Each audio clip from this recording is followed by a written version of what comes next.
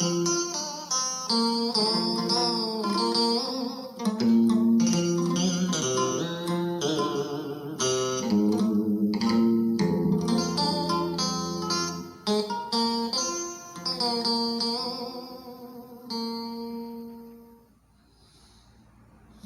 là kẻ thù sẽ cướp mất của anh một đứa em đã từng anh chung sống trọn thời thơ âu.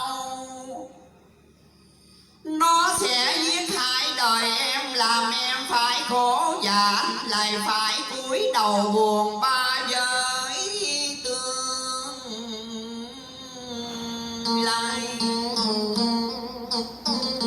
Anh sợ rằng em dài khờ với người ta khi ôi tiếc anh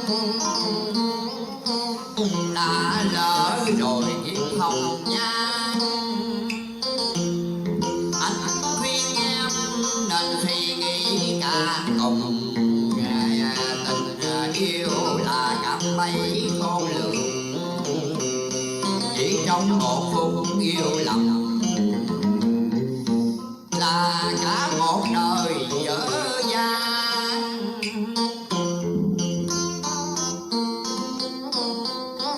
Lời khuyên của ông tôi nghe như một cụ già đang dạy đứa bé lên người, tập tình đọc sách thánh nhân. Em đã lớn lên trong cơn lửa loạn và cũng biết ít nhiều sự dại khôn. Em không đến đổi hư thần, anh đừng lo sợ cho em. Thiên Kiều ơi, anh sợ rồi đây, anh làm kẻ tiền đưa đứng nhìn con đò xưa rời xa bên cô, bỏ lại dòng sông xưa bàn bạc màu trắng éo rũ cho khách sang sông chờ đợi đến bao giờ.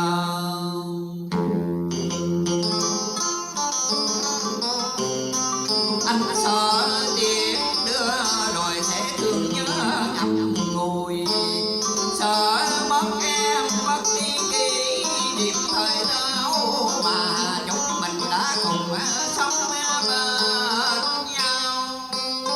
Thiên Kiều ơi, anh đã thương và chỉ nghĩ đến em, anh chỉ lo lắng cho em vì chỉ có em là em gái.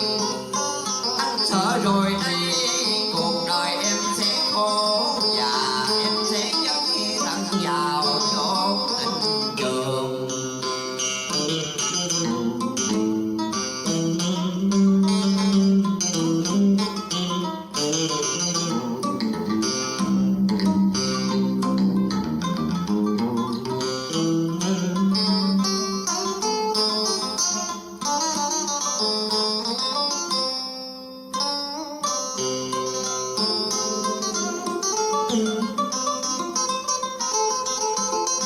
Thiên Kiều ơi, em đã yêu và bằng lòng chịu khổ, nhưng anh không thể thản nhiên nhìn người ta gieo khổ cho em. Dù rằng anh